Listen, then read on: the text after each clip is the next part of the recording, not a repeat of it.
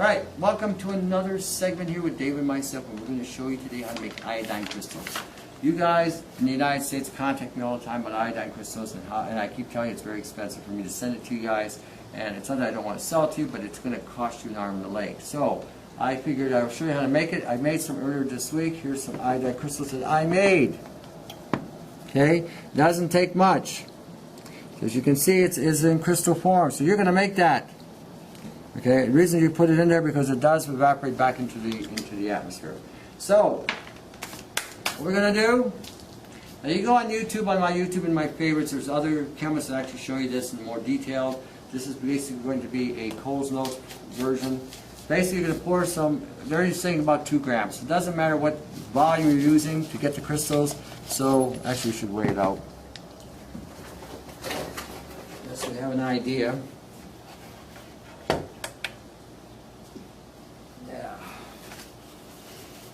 Well, why are we doing this? Because I don't want to stain my equipment. We'll do this on here as well. Set it to 0 with the paper, measure it out. What are you pouring there? Now this is potassium iodide. Okay? This is the actual potassium iodide. So anyway, I'm going to put 8 grams in there just to show that it's not really for what we're going to do, because we want to crystallize this. This will crystallize. So an iodide really absorbs in water. So pouring that in there. How am I getting there? Got it all? Okay. So we're putting that in there, and we're measuring off. Give me a second here, because I got to follow this, because I've done this once or twice, and so I want to make sure you guys get it right. Give me a second here. Where did I put it? Here it is. So we're going to add about, oh jeez, never made it. Okay, so this is why we do it here.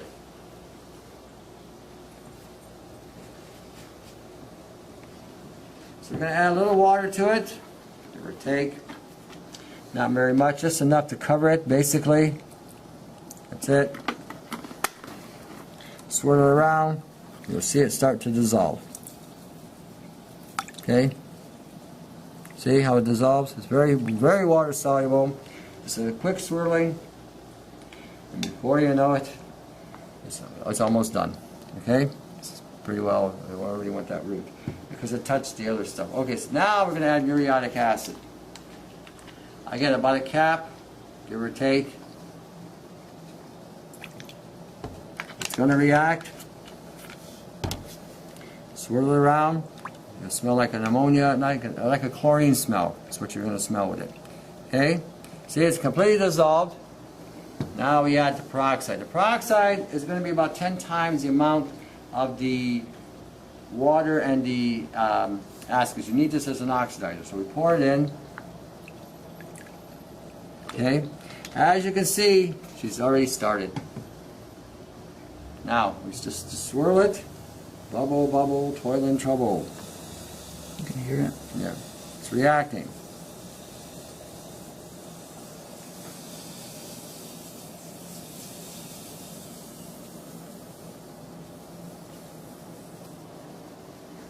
Or no crystal, why not? Should have crystallized.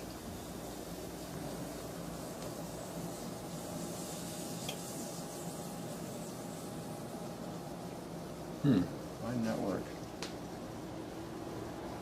Might have put too much water in.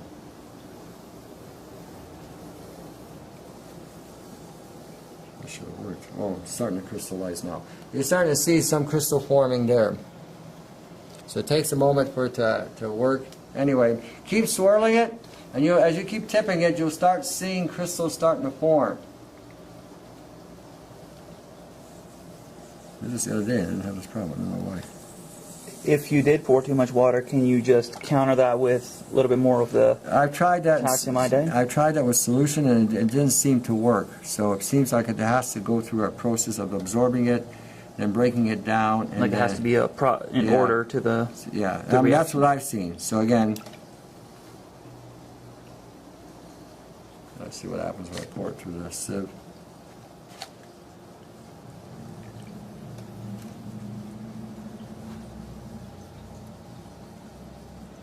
We should see some crystal effect there, if there's any. Can't really see it if it is. Still filtering. I'm not sure why.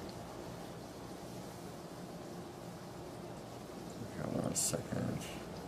Okay, we will try that again. For whatever reason, that didn't work. Unless that's, I do have a film there. Yeah, it's not showing because it's too dark. Yeah, hold on a second. We're going to try that again. Add a little water.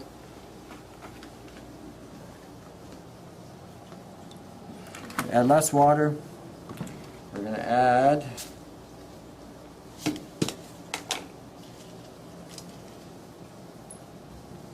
okay. Swirl it. Okay, there we go. Do you need the hydrogen peroxide? No, not yet. Not yet. Oh, right, because you got to dilute it first. Right. Let me add a little bit of this.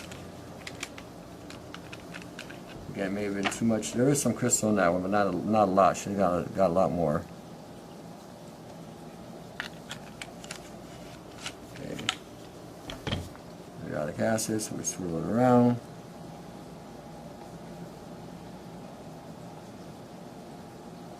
Okay, so that's dissolved. Now we add the peroxide.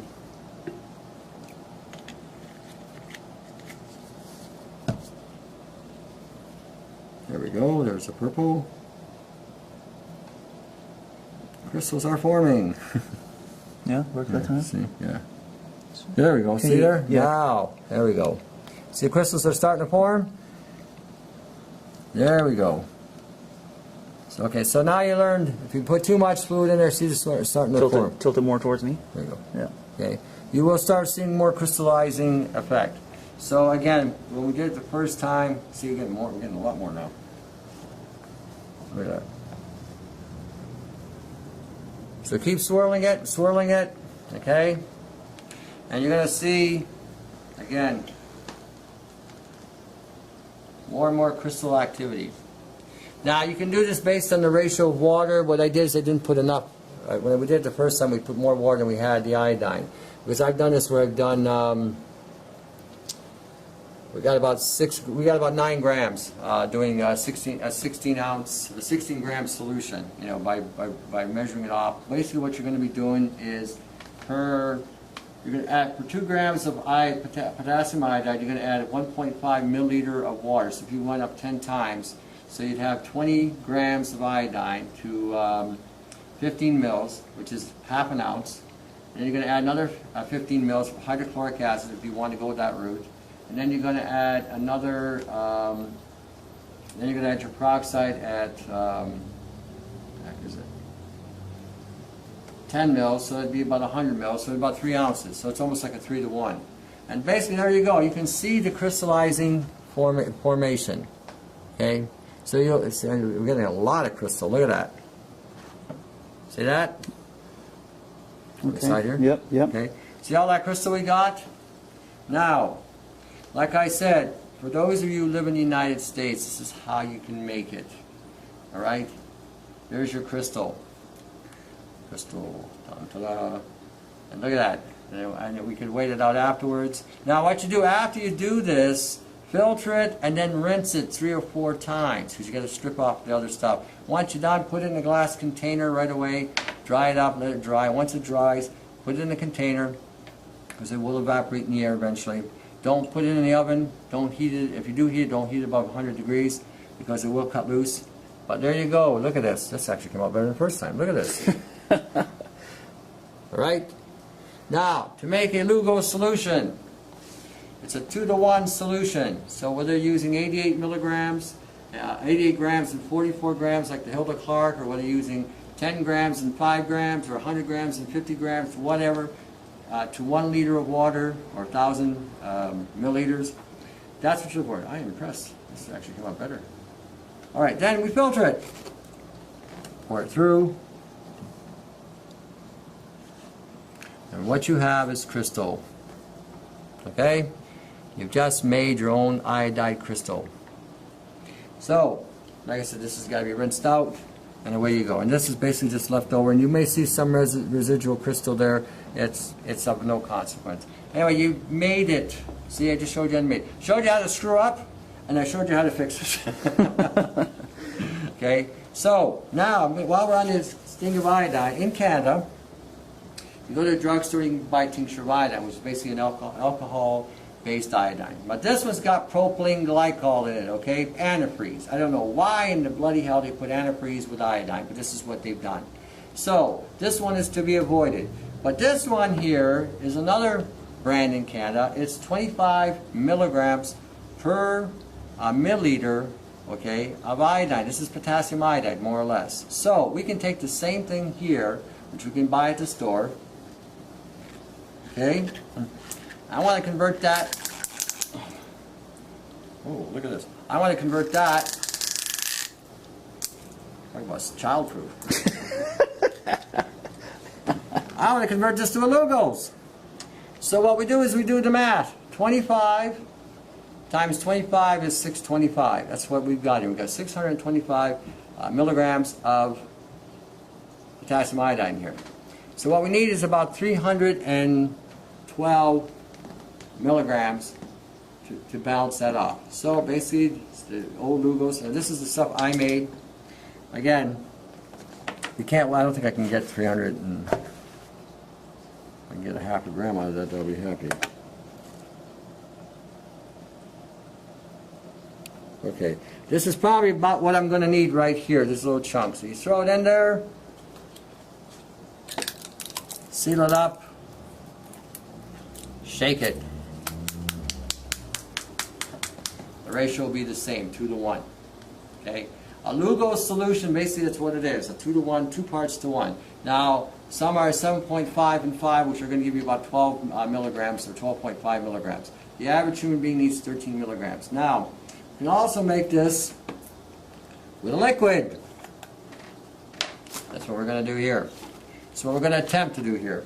This one I haven't done yet. So this one is going to be purely live, living, and if there's a screw up, you're going to see that too. You think maybe they want you not to get into this stuff?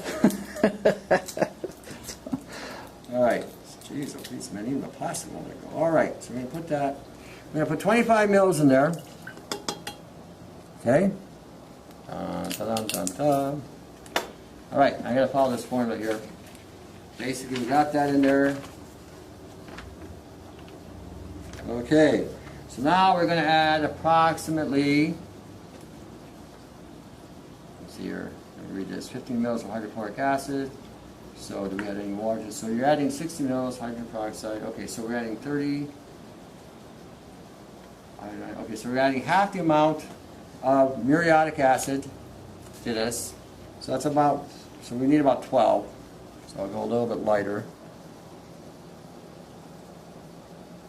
Boom. Muriatic acid. We will swirl it around. Bubble, bubble, trouble. Okay, so we're getting 30 mils of hydrochloric acid or muriatic acid, half the ratio of a 30 ml bottle of this, and then we're going to add 60 mils of peroxide. So 60 mils is approximately 2 ounces. All right. So if you're adding 60 mils of hydrogen peroxide to 60 mils of iodine, which we're not doing, we're adding 1 to 1. So basically, I had 25 mils, so we're adding 25. And the other one was about half, so that's about right. So here we go. We're going to guesstimate here. Okay. This is a guesstimation. So again, I haven't done this one yet. I haven't practiced this one. So what you're seeing is live, living, whatever. So this may work, may not work. But again, according to this, you should be able to do it, pull it out. May need to add more acid to this. So I'm not seeing it. So I'm not sure if this is accurate or not. Maybe add a little more acid to it. Maybe that's what it is.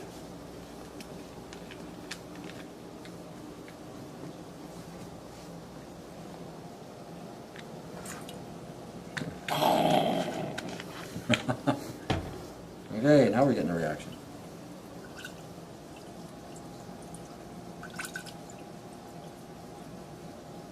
So I'm not really seeing it. or maybe it's just going to take a little time.